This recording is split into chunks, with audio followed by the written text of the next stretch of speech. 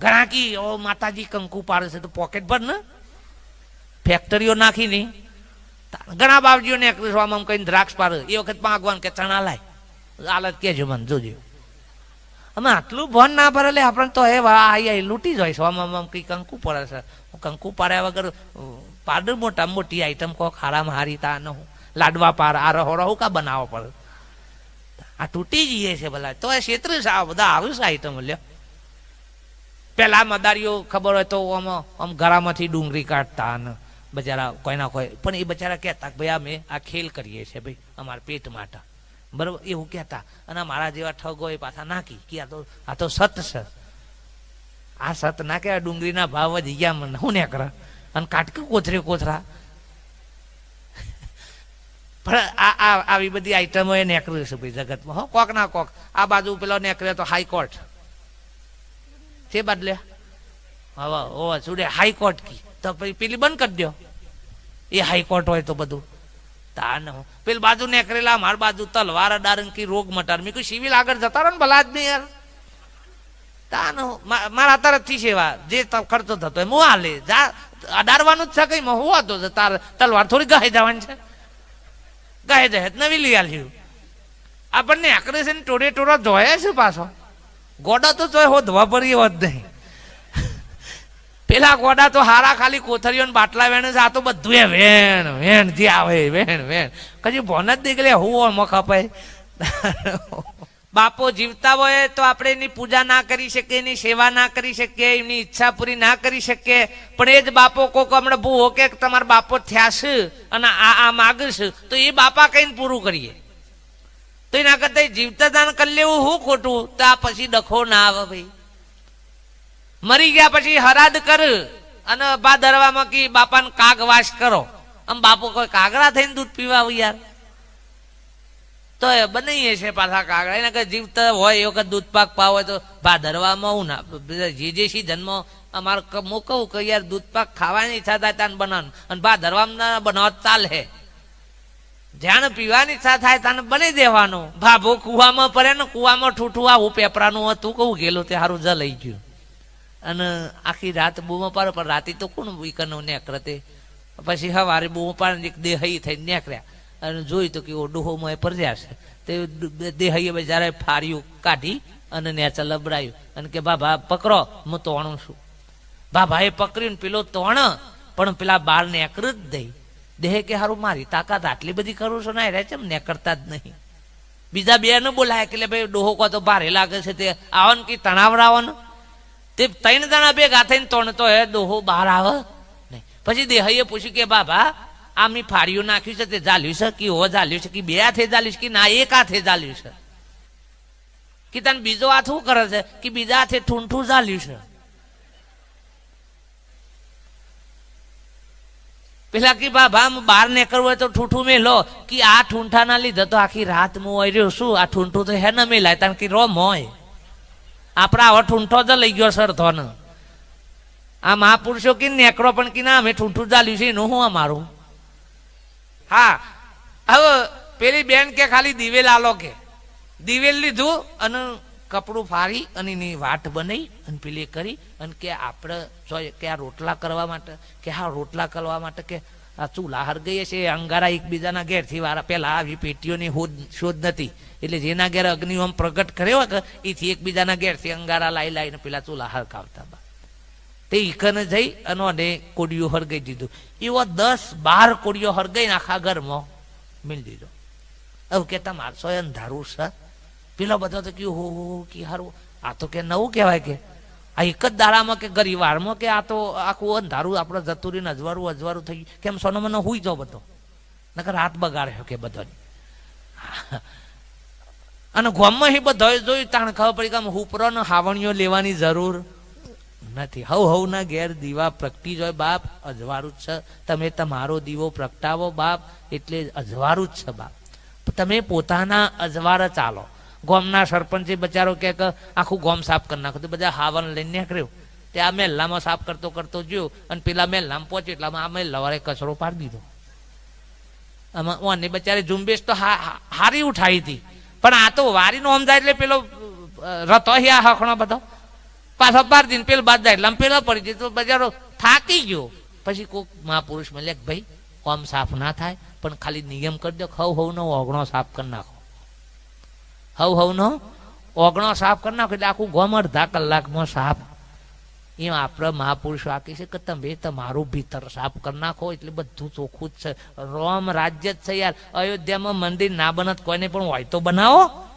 મોય ભીતરમાં આ મંદિર છે એમાં તો રોમ બેહારો, એમાં તો નકરો રાવણ બેઠો છે. હોય જો સુધી રોમ પ્રગટ નહીં થાય ત્યાં સુધી હજારો રોમ નો મંદિર બને કે કૃષ્ણ નો બને, ભગવાને થાકી જાય જેટલી જેટલી જગ્યાએ બેહવું. એટલે કિતીમાં નવો ગોમાં બેહાડ્યો તો અમે એવો ગોમાં બેઠા, એથી હલ્યા જ નહીં. નદીમાં બેહાડ્યા તો નદીમાં બેઠા, ડુંગરો ઉપર ચરાયા તો અમે ઈકને બેસી ગયા, ગોમના ચોરો તમે બેહાડ્યા તો ઈ બેઠા, તમે જો બેહાડ્યા ઈ અમે હકના બેસી ગયા. પણ તું એક વખત બેસી જા કામ. અમન તો જો બેહાડ્યા થી અમે કત્તી હલ્યા આઘા પાછા થયા. ભલે અમને હથિયારો હાલ્યા છે પણ અમે કોઈ નવ્યા જોર્યું. એક ગોખલા 2 બાય 2 ના ગોખલામાં જોજો લોકોના ઘરોમાં બધા જ ભગવાન ગાલ્યા. જો જોથી લકોટા મળ્યા ને એ લાઈને ઘરમાં ઘરમાં ઘરમાં ઘરમાં. હા, એ બધા તમને ઇશારો કરે છે કે 2 બાય 2 ના ગોખલામાં અમે બધા હકણા રહેતા હોય તો આ 1200 સ્ક્વેર ફૂટ ના મકાનમાં તમે બધા હકણા છે એમ નહીં રહેતા. એ તમને ઇશારો કરે છે એટલે તમે હકણા થઈ જાવ ને બાપ. અમાર પાણ બધો ને હથિયાર છે તો અમે કોઈના ડારતા નથી, અને તમારા હથિયાર નહીં તો એ ભેટો માર માર કરો છો બાપ. એ આપણને ઈશારો કરે છે પણ આપણે જાગવા તૈયાર નથી બાપ. અને મહાપુરુષ એટલે સંતે વાણીમાં લખ્યું છે બાપ. બોલો સદગુરુ દેવ કી જય. મહાપુરુષે વાલા આપણને બધાને વાણી દ્વારા ભજન દ્વારા આપણને ઈશારો કર્યો છે બાપ. સંતોની એક જ વાત, સંતો ભાઈ સમજણની એક વાત, સમજ્યા એનર ફરી કદી ના બોલ્યા, સકળ છોડ્યા ઉદ્માત, સંતો ભાઈ સમજણની એક વાત બાપ. મહાપુરુષોની વાત આપણને પ્રગટ પુરુષોની વાત છે વાલા, એટલે થોડીક નવાઈ લાગશે, અજુગતું લાગશે, પણ કોઈ આગળના મહાપુરુષોના પુરાવા લ્યો, ધર્મશાસ્ત્રોના પુરાવા લ્યો બાપ. આપણા ધર્મશાસ્ત્રો પણ કે માતૃદેવો ભવ, પિતૃદેવો ભવ, અતિથિ દેવો ભવ, ગુરુ દેવો ભવ, આચાર્ય દેવો ભવ, આ બધા દેવ સ્વરૂપ ગણ્યા છે. પણ આ દેવોને આપણે ધુત્કારીએ છીએ બાપ. આ દેવોને આપણે દેવ સ્વરૂપે માનતા નથી. પૈણાયો ના પૂજ્ય, કુળદેવી ના પૂજ્ય ને કોક આ ઉપાસ થઈ જાય તો આ હોનો કોમ નહીં યાર. આ તો ગોડા બાવરિયા કાઢવાનું મશીન છે. મહાપુરુષ કે બાપ જો અમારથી નીકળી જવું આત્મનિષ્ઠ એ એવું કવચ છે બાપ કે જગતમાં તમને કોઈનો ભય કે કોઈ નિય બીક રહ નહીં. કશું જગતમાં કશું નડતર રૂપ બને જ નહીં બાપ. એવું આત્મ કવચ છે, આત્મનિષ્ઠ એ દશા છે બાપ. પણ આપણે એ દશાને જાણતા નથી અને આપણે બીજો બધો પરચુરન હાથમાં ઝાલ્યો છે. લો આ ગઈ રોડો જાત્રાએ જોઈ ને એટલે હું લઈ જાય પરચુરન લઈ જાય. જાત્રા કરવા જે જ્યો હોય ને એમ ખબર કે બે 500 ની પરચુરન હાલજો એટલે પૂછે કેમ કે તો ના ખવા આમાં આ પરચુરન લઈ જાય તો કન આઈટમ એ જેવી તાન બધી પરચુરન જ કા. એટલે 1000 ની નોટમાં 500 ની નોટ ના આવે, પછી 1000 ની નોટમાં 100 ની નોટ ના આવે, તને 1000 ની નોટમાં બધી પરચુરને નહીં. તો એમ આત્મા એ 1000 ની નોટ છે યાર, એમાં બધું આવી જાય પણ આ પરચુરન જુદી પાડી જાતો. અને પરચુરન ખખરે વધારે નો વજન જેટલો યાર. 10-20 જતો રહેશે તો હજી હંગરી રાખ્યો છે છોકરા. એના માટે કે મંદિરમાં આ જે આઈટમ ચોય ના ચાલે એ બધી તો જોજો ફાટેલી નોટો તો હિદવા દારા ભાગમાં આવશે. આ વૈષ્ણવ દેવીમાં કે 80 કિલો હોનું ચરાયેલું હતું તેમાંથી 40 કિલો જ હોનું નીકળ્યું, 40 તો કે પિત્તર નીકળ્યું. જીવતો હતા ખાઈ ગયા. ઓનો વૈષ્ણવ દેવીની એ બીક નહીં. અને આપણે કી માતા ખાઈ જાય હું આ પાહણ છે એ તો ભૂખા કાઢ નાખે છે પેલા આદમી તો એ કશું કરતી નહીં. પણ બાપ આપણે તો ભગવાનોને લૂંટવા માંડ્યા છીએ. જો જુઓ તો આપણે તો આપણું જ આદર્યું છે બાપ. બસ આ જીવે પરમાત્માને નોમે છેતરવાનો છે અને ધર્મના નોમે ધંધા વધારે ઉભા કર્યા છે બાપ. અધર્મ બીજો નહીં, અધર્મ ધર્મમાંથી જ ઉભો થયો છે વધારે. આ સુધીનો જેટલો વિશ્વ યુદ્ધો થયો ને એ બધો ધર્મના નામે ખેલોણે છે બાપ, ધર્મના નામે. અને આજે જે કોઈ ફંદા ફસાદ થાય છે એ ધર્મને જ આગળ કરીને કરવામાં આવે છે બાપ. અને આ જીવ ધર્મથી ને ભગવાનથી ડરતો નથી. ભલે ઓમ માનતો હોય કા, પણ આ તો નહીં કને છેતરાયો. આ ચોરી કરવા જાય છે તેમ તો કોઈનો ઘર ખાતર નહીં પાડતા. આમ તો મંદિરોમાં ચંગા મંદિર બહાર હોય ને એકલું પૂજારી હોય એને પેક કરી દીધું એટલે પૂરું થઈ ગયું. અને પેલો હોજ વાર સેવા કરે છે કુટી ગાલે છે લ્યો. અને આપણે કઈ હું તો દર રવિવાર પર વાદવું છું, એટલે પેલો આખા બધા વાર પર હશે તો એમ માર ખાય છે તારી હું દશા આવે તો જોતો તાર ન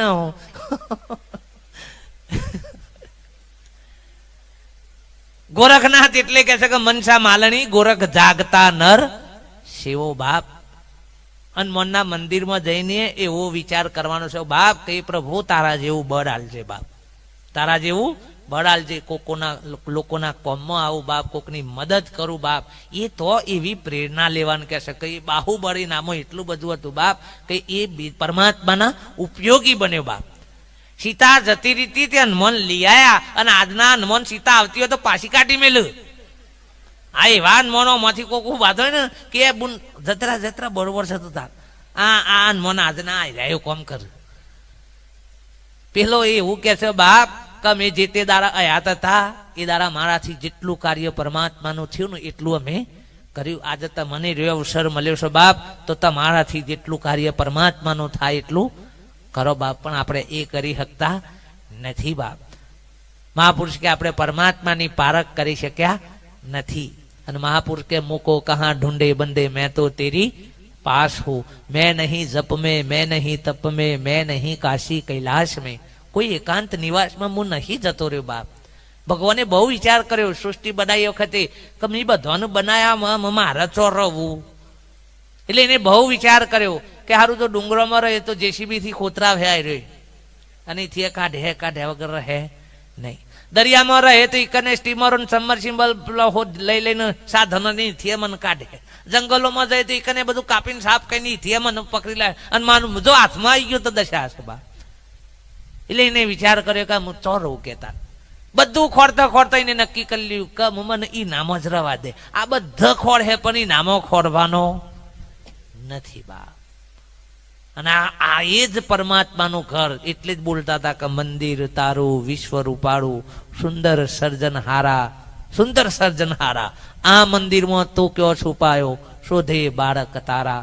નહીં કોઈ દેવા નહીં કોઈ પૂજારી નહીં મંદિરને તારો 24 અવર ખુલ્લું બાપ. જાણ જુઓ તાણ ખુલ્લું બાપ. લ્યો પેલામાં તો કે 12 બજે ભગવાન સો ગયે હે એટલે એ હુઈ જાય તો બધું હુઈ જાય યાર. હુઈ જાય પણ એમ કે મારા હું ઘૂસ એવું બોનું નહીં કે ભગવાન શું કે ભગવાન ભોગ લગા રહે અને બાયણું ખોલો તો પૂજારી ઝાપટતો હોય. વાસ્તવમાં તો સાચું છે કે ભગવાન જ ખાઈ રહ્યો છે પણ ખબર નથી.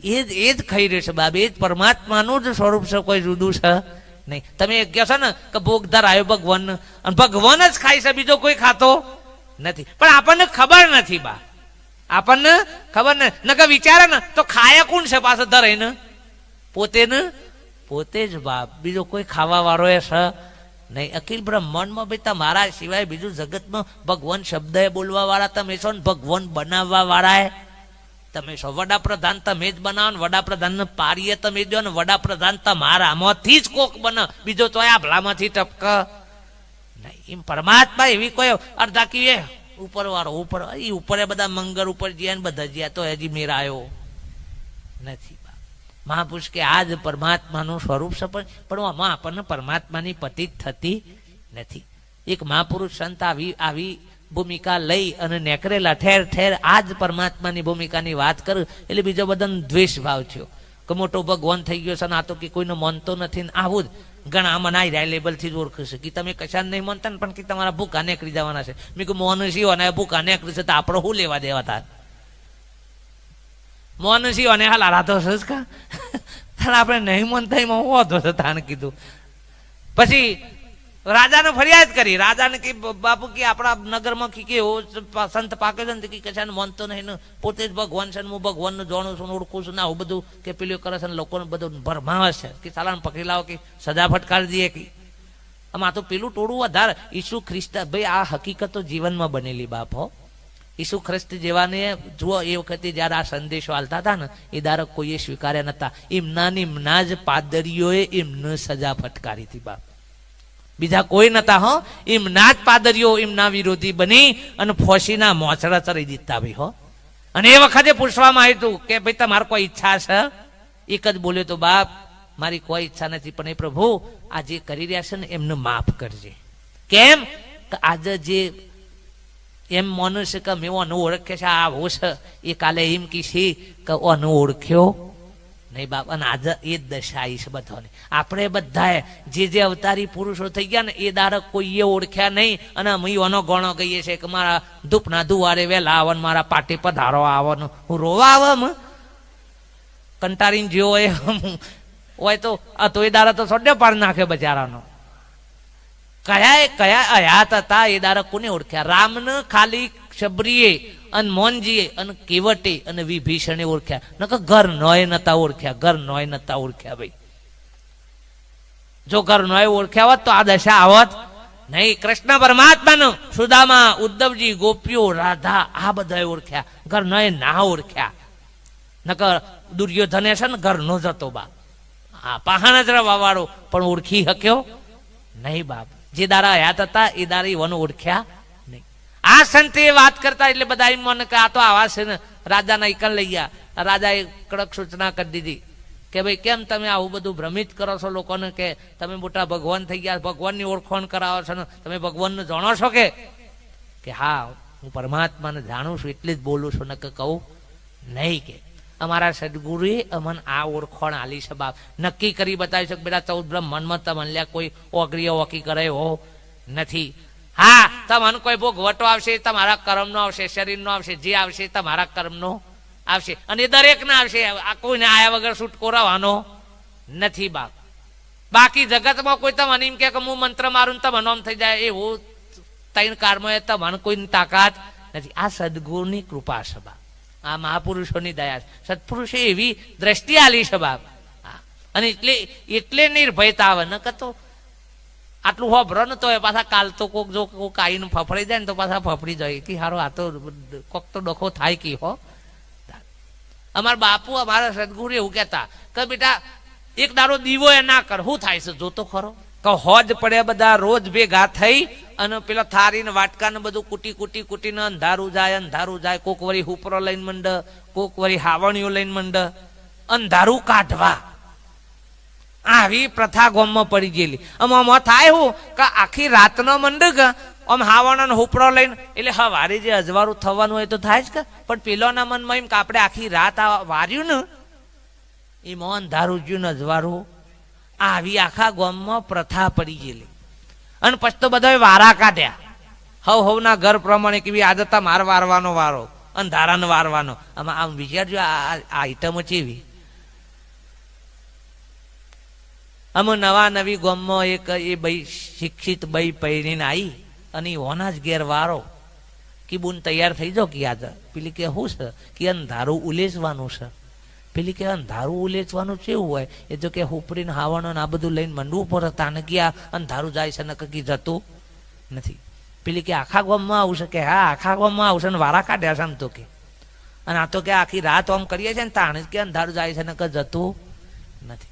પેલી બુન ભણેલી ગણેલી હતી, થોડીક અનુભવી હતી, કે આખી જિંદગી તૂટી જશે ને આમ તો બધાને દશા બગર હે કે આપણા ઘરમાં તેલ કે દિવેલ જેવું કોઈ છે કે ઓવો છે ને કે તાને મને થોડું હાલો ને કે, પણ કે તારે કરવું શું છે કે આપણામાં આ હાવણીઓના આ હુપરો લઈને મંડવાનું નથી. અરે કે આપણો વારો છે કે ચાલતું હે કે આજે હું હાલ બી કે અંધારાને કાઢું છું. એટલે પેલો પાછો વેમ પેઠો કે આ બોનક ના મનો કોક જોણ શકી ઓના પાસે કોક ચમત્કાર છે. પેલી કે ચમત્કાર બમત્કાર, અને જગતમાં ચમત્કાર જેવું કશું સર નહીં. હા લખવું હોય તો લખી રાખજો, કોઈ બતાવત મારા પાસે લાવજો.